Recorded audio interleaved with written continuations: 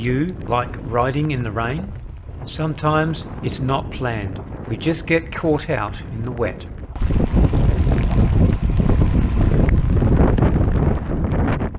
It wasn't long ago that bicycle frames were built with drainage holes at the lowest spot on their bottom bracket shells. Sometimes just a drilled hole, or sometimes fancy cutouts. This was to eliminate moisture from inside the frame, preventing damage to the bottom bracket bearings.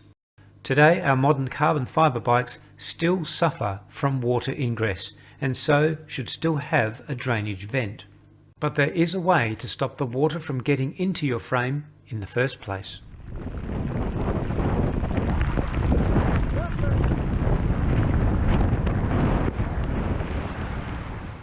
So you're riding along and every pedal stroke you take is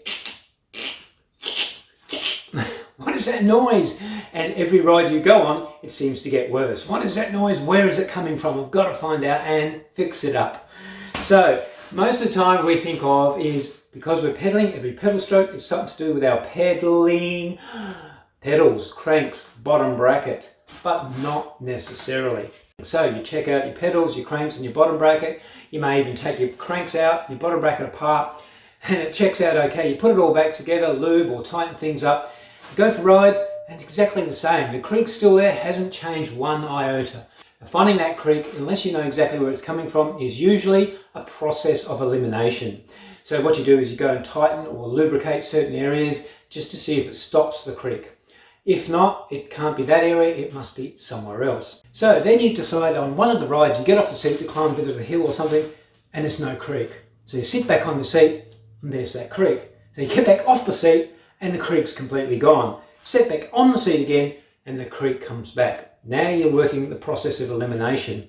So that creak comes only when you sit, put your weight on the seat. So now you've got to think maybe it's the seat, or thereabouts where the weight goes down your seat post into your frame, something like that. So go first of all to the rails of the seat. There's 3 points, 2 at the back, 1 at the front. Put a bit of lubricant in there, spray lube, say some WD-40 or silicone spray is really good. A little bit in there, let it soak in a bit, move your seat and go for a ride and see if it still creaks. Simple things like that first. Don't go pulling your bottom bracket apart or your headset apart and jumping into great big time-consuming things like that are complicated. Do the simple things first. Could be even the cleats on your shoes. Check that one out, that's a good one as well. At this point we're going to jump into one particular area where the creak's probably coming from, and it's very easy to miss. And what is that area? It's where the seat post goes into your frame, that junction in here. So we've got these side to side and twisting forces going from your seat into your clamp and down your seat post and into this joint here. So once you've put a little bit of lubricant on those 3 points where the seat rolls into the seat and it hasn't changed, the creak's still there, next thing is to pull this joint apart. Now before we go pulling a seat post out of the frame, let's explain 2 things of why it usually happens. First of all, you're riding in the rain and rain flicks up off of the back wheel, and even regardless if you've got one of the Arse Saver mudguards on there or any mudguard, unless you've got a really close one to the wheel, usually water will flick up off the tyre and onto the back of the seat post, and then it runs down there into the frame. The other thing is when you wash your bike, when you clean your bike, you see it everywhere, almost every video on the internet, on YouTube, shows you just washing the bike willy-nilly and water's going down the seat post into this joint. Let's have a look at a few other bikes. Here's a wheelie with an ordinary round seat post and round seat clamp. That will have a good seal, but water will still get in. Here's a Giant Advance, an older one, has a cap over the joint, so it looks good. There's a crack in that cap. There's definitely a crack in the cap. Having a close look at the joint, and water will definitely get in there. This is a Merida carbon frame. The slot on the side of the seat tube allows the clamp to compress and hold the seat post. So another round seat post, proven design, but will still allow water to slowly make its way in, and also through that slot. A nice Wheelia 09, carbon seat post, round clamp, of course, water will still get in. A Moots titanium frame, the top of the seat tube becomes the clamp with the pinch bolt through it. How do we know water still gets in? Why else would you have a drainage hole in the bottom of your bottom bracket? Trek Damani, nice looking frame and a nice big gap between the seat post and the frame there, including, look, there's a slot at the back of the frame there as well, more water ingress. Cube, good value for money bikes. Nice recessed clamp and round post, but it won't stop the water getting in. Trifox X10, or a copy of the Cipollini RB1 frame set. Nice big gap there for water to get down the seat post and also through the plunger clamp. But here's a good design. This Trek here, you've got a thicker seat post here, and then it's thinner there, so it's a sleeve over. It's Trek's internal seat mast cap, and it works to keep the water out. What do they call this seat post? What did you call it? It's a over or something you call it. And here's another one. A larger diameter seat post over a smaller diameter seat tube, and water can't get in. Good design there, Trek. So first of all, we want to stop the problem of the creaking, and then we want to stop the problem of water getting in there in the future. Get yourself some masking tape. This is the stuff that painters use to put on glass when they do their painting. It's just like a paper tape.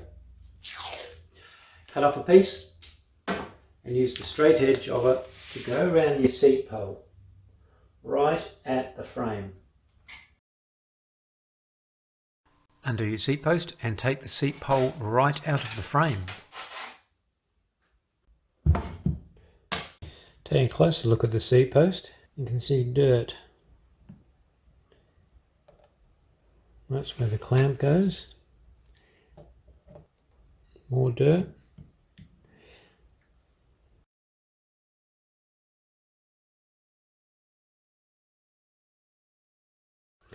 The clamp itself doesn't look too bad. It's pretty good. So first just get a rag and wipe that dirt off and any excess grip paste and some isopropyl alcohol and a nice clean paper towel. Make sure that's really clean and dry.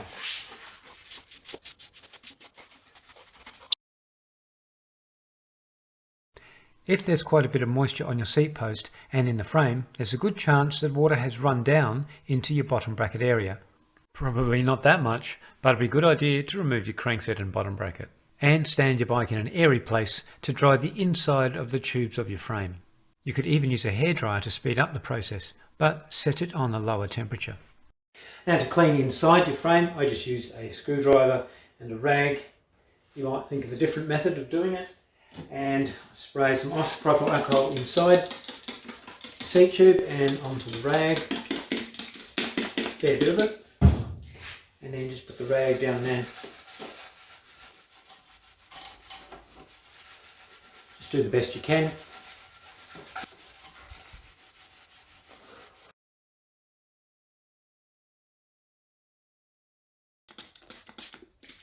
Also clean around the edge best you can. And you can stick your finger in the seat tube, feel around, and it feels dry and your finger comes out nice and clean. It's alright. This is a plunger seat post clamp. This style of clamp uses sliding wedges to expand outwards and apply a holding force to the seat post. These wedge surfaces will need to be lubricated to help them slide, and so will the bolt thread. So here's our grease. And we'll put a bit on that surface there, like that. Then I'll use a cotton bud and we'll just spread it around a bit. And we're going to do the same with this piece.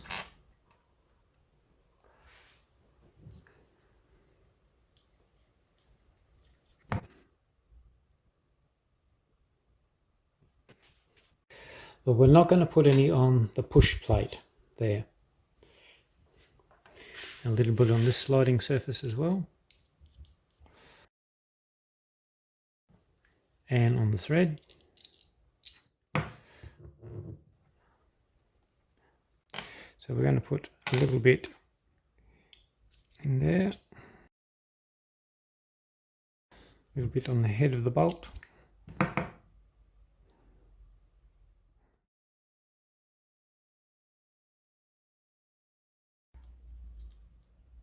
Right, so that's all lubricated now. See that moving?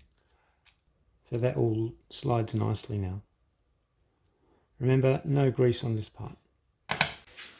Now some carbon grip paste.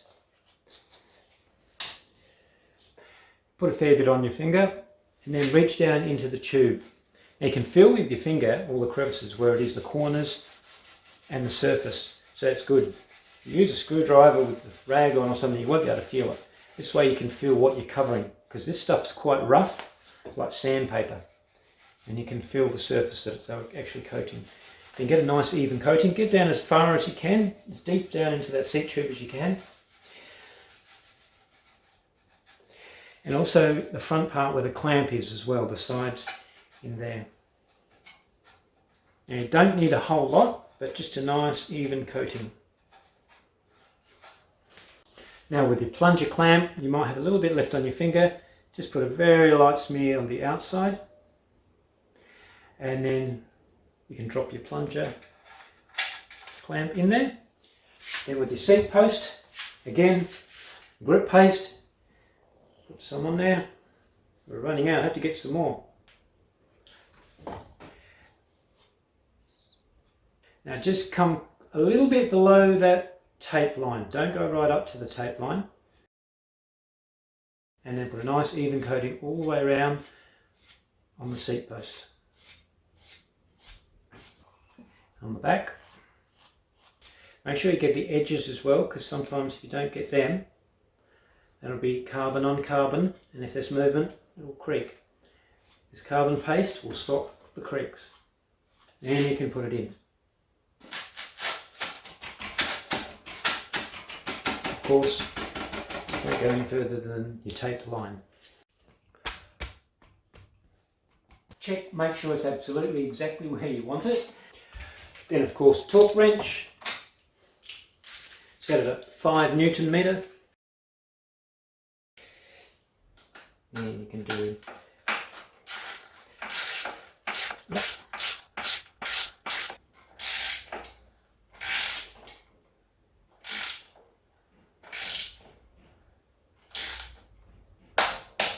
and you can remove the sticky tape and again some isopropyl alcohol and just clean the area around there. And the reason we're cleaning is because we're going to put something else on here to stop the water getting in. So this needs to be nice and clean.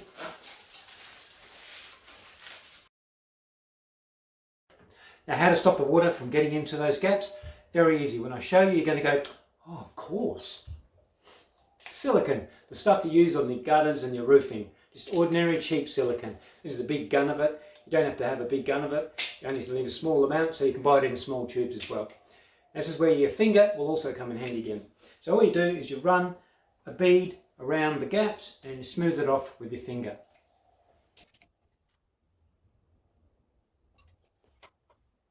So silicone 360 degrees all the way around the seat post.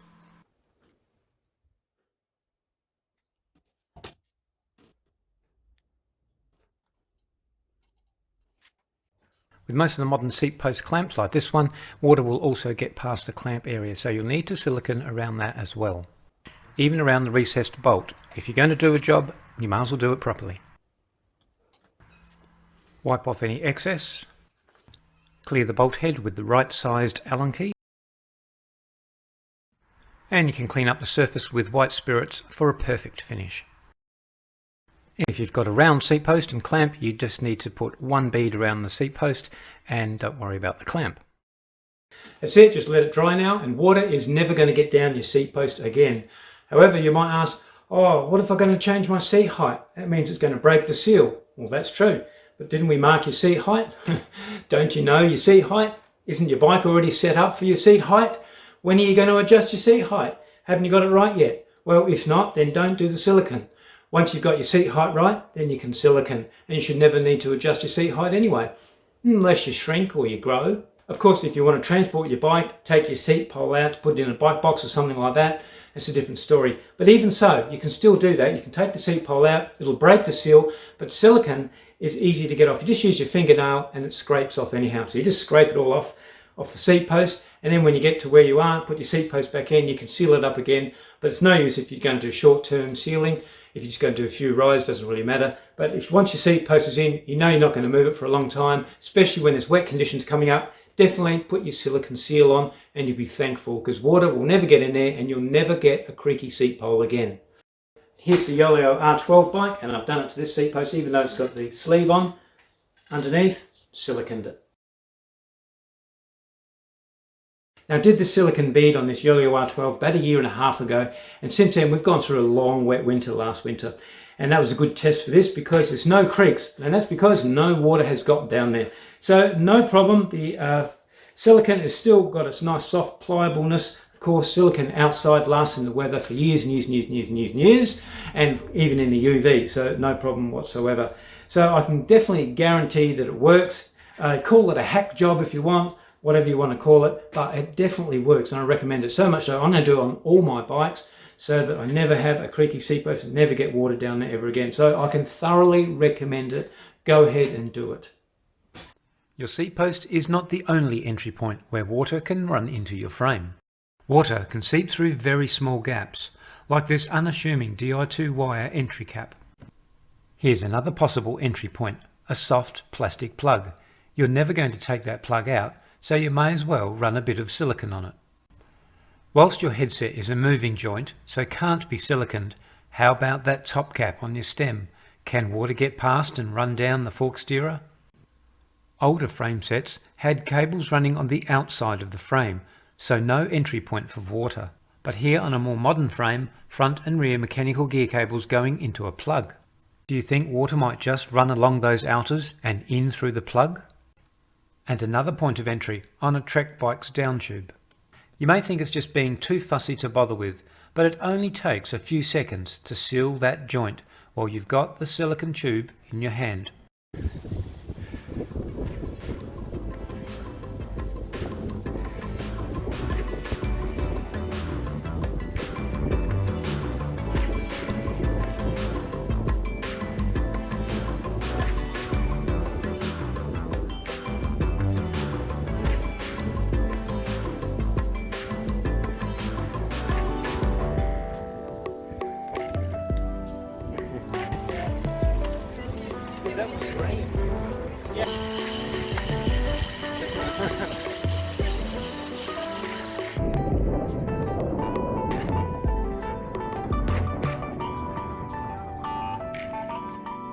Oh yeah, I've just got one gear.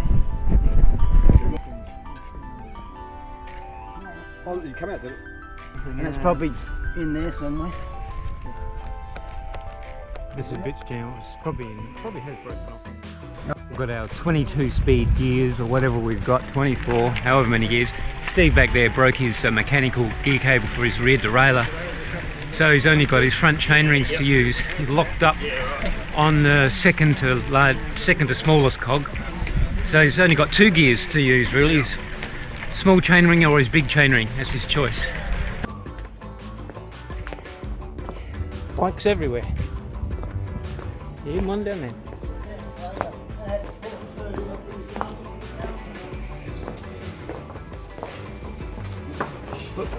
What's he got? Yum.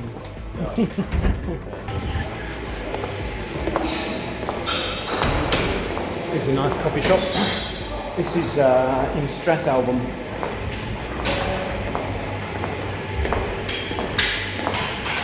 Run by a husband and wife Vietnamese couple. Very nice.